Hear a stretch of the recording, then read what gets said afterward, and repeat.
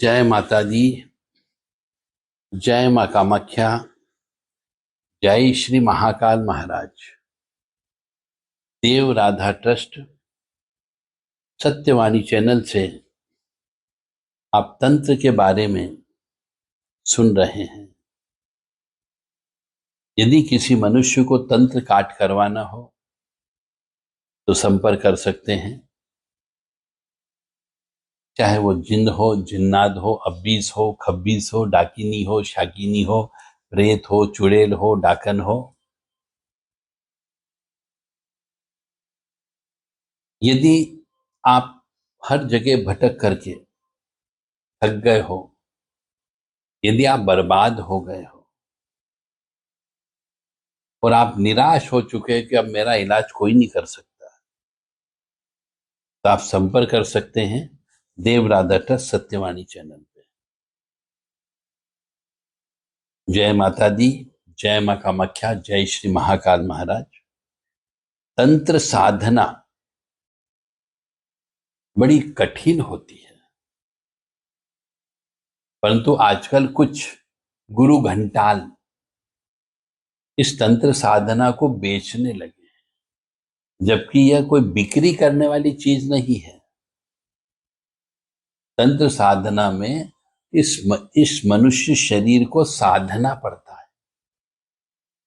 और ये कोई आप खरीद के नहीं साध सकते। मनुष्य को खुद को करना पड़ता है, और तंत्र साधना में सिद्धि लेने के लिए किसी गुरु की आवश्यकता होती है। बिना गुरु के तंत्र होता ही नहीं है।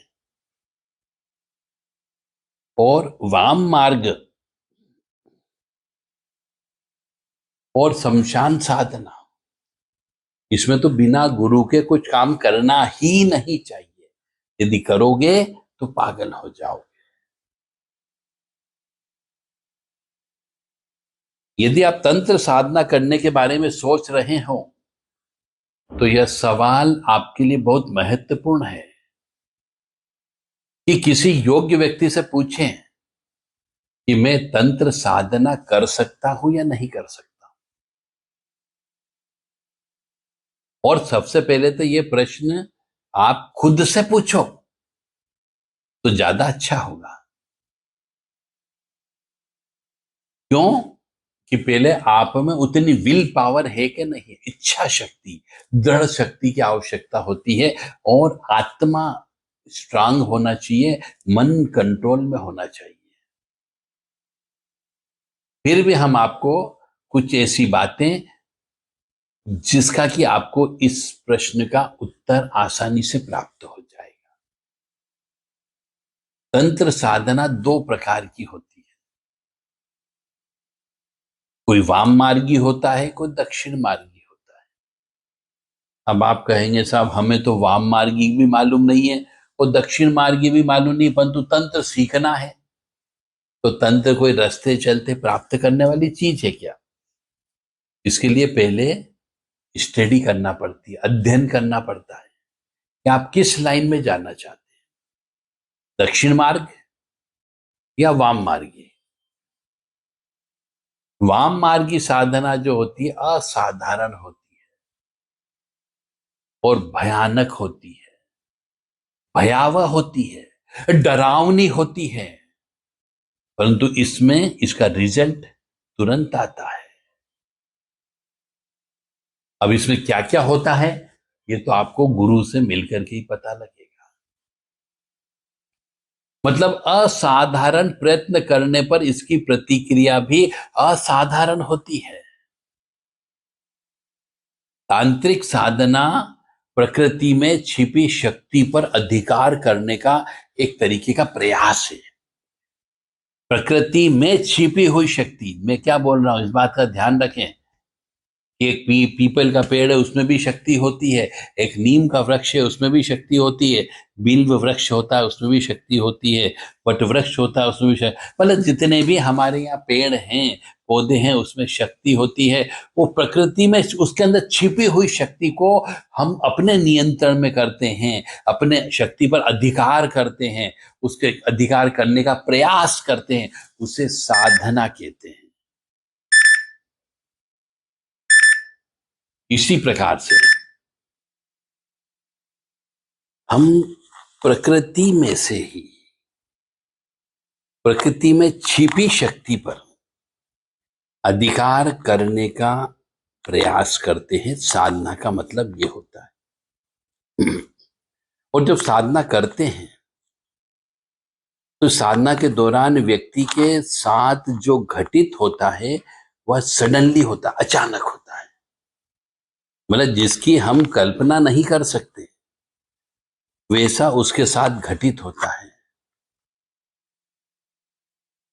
और यदि मनुष्य की तैयारी नहीं है, जो साधक मनुष्य उसकी, तो मनुष्य पागल हो जाता है और कई बार उसकी मौत भी हो जाती है।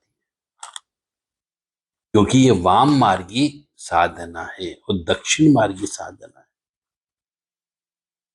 इसलिए तंत्र साधना के पहले व्यक्ति खुद को शारीरिक रूप से स्वस्थ बना ले, मानसिक रूप से स्वस्थ बना ले और शक्तिशाली बनाता है। भले एकदम साधना करने नहीं बैठ जाना चाहिए। साधना करने के पहले के बहुत से नियम हैं, उन सब नियमों का पालन करना चाहिए। उदाहरण के लिए जैसे हम जब बंदूक चलाते हैं तो जिस समय नली में से गोली बाहर निकलती है उस समय वह पीछे की ओर झटका देते हुए चलती है और भयंकर गर्जना करती है, भयंकर शब्द भी करती है। ऐसे में यदि बंदूक चलाने वाला व्यक्ति कमजोर हो तो उस झटके से या आवाज से घबरा करके बेहोश भी हो सकता है। बस तंत्र कुछ इसी तरीके का है। यदि हम और दूसरा उदाहरण ले ले समझाने के लिए आपको, तो चंदन के वृक्ष के निकट आप देखना, कभी चंदन का पेड़ होता है तो वहां पे चंदन की खुशबू से सांप बहुत आते हैं। यानी किसी मनुष्य को यदि कालसर्प दोष है तो उसे चंदन का इत्र लगाना चाहिए। नाग दोष है तो उसे चंदन का इत्र लगाना चाहिए, बड़े प्रसन्न रहेंगे। तो चंदन के जो वृक्ष होते हैं उसके आसपास या चंदन के पेड़ से सांप लिपटे हुए रहते हैं। और गुलाब का जो पेड़ होता है उसके भी चारों तरफ कांटे होते हैं। शहद प्राप्त करते हैं अपन तो उसके लिए मधुमक्खियों के डंक का सामना करना पड़ता है। सर्प मणि पाने के लिए भयंकर सर्प से और गज मुक्ता पाने के लिए मनमोद हाथी से जूझना पड़ता है। ठीक इसी तरह ये जो उदाहरण मैंने इसलिए दिए कि ये चीजें प्राप्त करना कोई हंसी खेल नहीं और हर किसी के बूते की बात नहीं होती है। इसीलिए साधना भी हर कोई नहीं कर सकता और हर कोई को सिद्धि नहीं मिलती है। एक बार और मैं उदाहरण बता देता हूं, 3-4 उदाहरण जो मैंने कहा है कि चंदन के वृक्ष के निकट सर्पों का निवास रहता है। तो चंदन की लकड़ी आप तोड़ नहीं सकते, तोड़ोगे तो पहले आपको सर्पों से निपटना पड़ेगा। और गुलाब के पुष्प तोड़ोगे तो गुलाब के पुष्प के आसपास कांटे होते हैं, उन कांटों से आपको लड़ना पड़ेगा। और शहद यदि आपको प्राप्त करना है तो शहद के लिए मधुमक्खियों को हटाना पड़ेगा, उनके डंक का सामना करना पड़ता है। और सांप की मणि प्राप्त करना है तो आपको सर्प से लड़ना पड़ेगा। और गज मुक्ता ये होती है जो हाथी मत वाला हो जाता है, मदमस्त हो जाता है, उससे जूझना पड़ता है, तब गज मुक्ता आपको प्राप्त होगी।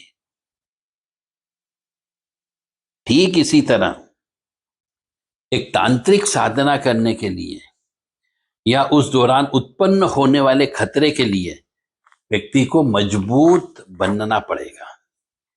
क्योंकि ऐसे अवसर पर डरावने सपने आते हैं, भूत प्रेत आते हैं, पिशाच आते हैं, देव दानव आते हैं।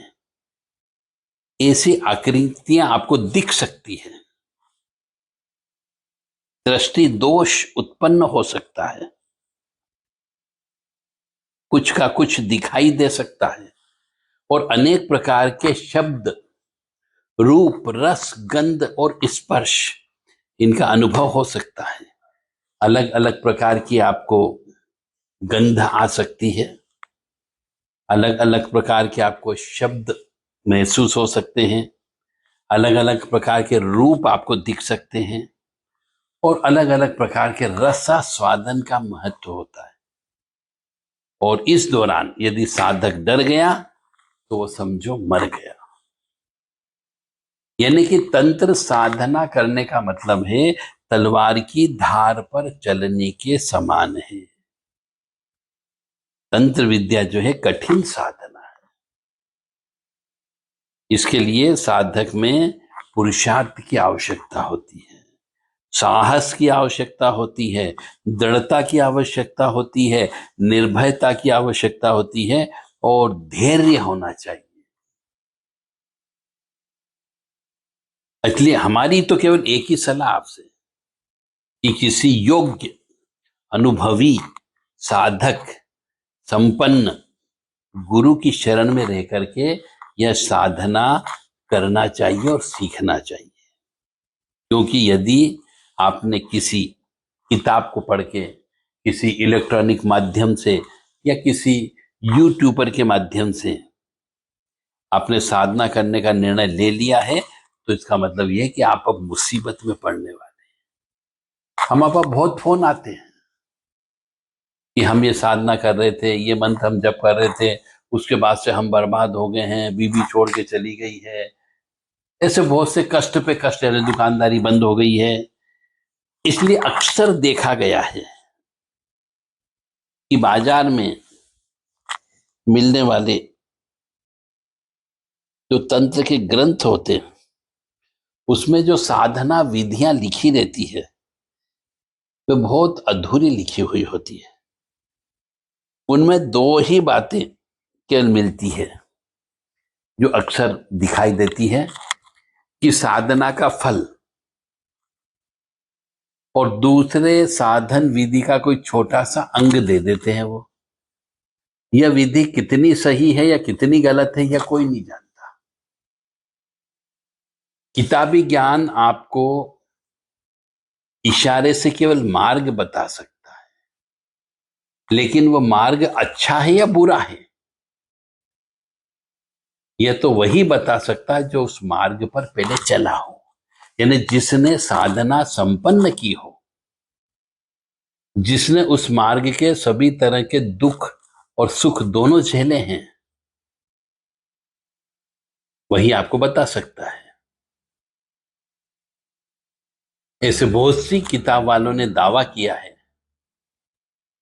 कि यह लेखक का सच्चा अनुभव है, लेकिन क्या आपने लेखक को देखा है कि वह वास्तव में साधक है? क्या आप लेखक से मिले हो? क्या आपने लेखक को परखा है? नहीं।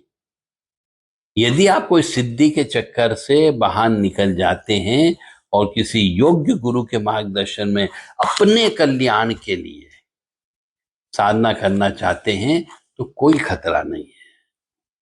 मैं फिर कहूंगा, तंत्र साधना चाहे वाम मार्गी हो चाहे दक्षिण मार्गी हो, इसके लिए गुरु होना अत्यंत आवश्यक होता है।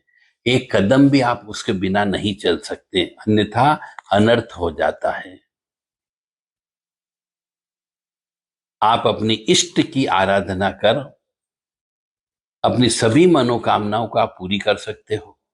तो सर्वप्रथम आपको सबसे पहले इष्ट की साधना करना चाहिए, आराधना करना चाहिए। और उसके पहले, साधना करने के पहले, जो मनुष्य को अपने पूर्व जन्म के पाप कर्मों का प्रायश्चित करना चाहिए। पूर्व जन्म के पाप कर्म। फिर आता है पितरों को प्रसन्न करना चाहिए, और फिर सबसे लास्ट में आता है कुल देवी देवता की पूजा के बाद इष्ट देवता को प्रसन्न करना चाहिए। तो हमने आज आपको साधना कैसे करें, कब करें, किसके सानिध्य में करें, क्यों अकेले साधना नहीं करनी चाहिए, विशेष तौर से वाम मार्गी साधना और दक्षिण मार्गी साधना, यदि आप साधना करना चाहते हो, चाहे वाम मार्गी हो चाहे दक्षिण मार्गी हो, तो वास्तव में आप पहले तो अपनी जन्म कुंडली चेक करवाएं। यदि उसमें आता है कि आप साधना कर सकते हो तो की जा सकती है, आपको दी जा सकती है, सिखाया जा सकता है। देव राधा ट्रस्ट सत्यवाणी चैनल से आप संपर्क कर सकते हैं। केवल व्हाट्सएप के माध्यम से, कृपया फोन नहीं लगाएं। 7987237885 पर संपर्क करें, केवल व्हाट्सएप के माध्यम से, यदि साधना करना चाहते हो तो। 9977831616 पर भी आप व्हाट्सएप के माध्यम से संपर्क कर सकते हैं, या फिर 9977531616 इस नंबर पर आप SMS के माध्यम से सूचना दे सकते हैं। जय माता दी, जय मां कामाख्या, जय श्री महाकाल महाराज।